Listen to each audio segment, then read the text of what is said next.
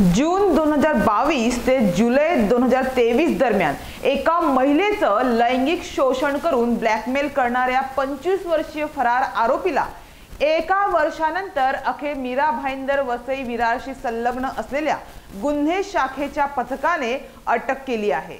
आरोपी अतुल जयप्रकाश यादव याला सायन पूर्व येथून अटक करण्यात आली आहे। वसईतील नायगाव पोलीस ठाण्यात 14 जुलै 2023 रोजी या प्रकरणी पीडित महिलेने तक्रार केली होती। ब्लॅकमेल करून आरोपीने 1 वर्षापेक्षा जास्त वेळा तिचे लैंगिक शोषण केले होते। या जाचाला कंटाळून महिलेने नायगाव पोलीस स्टेशन गाठून तक्रार दाखल केली होती।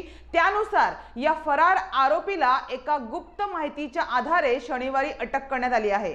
पुढील तपास नायगाव पोलिसांकडून सुरू आहे।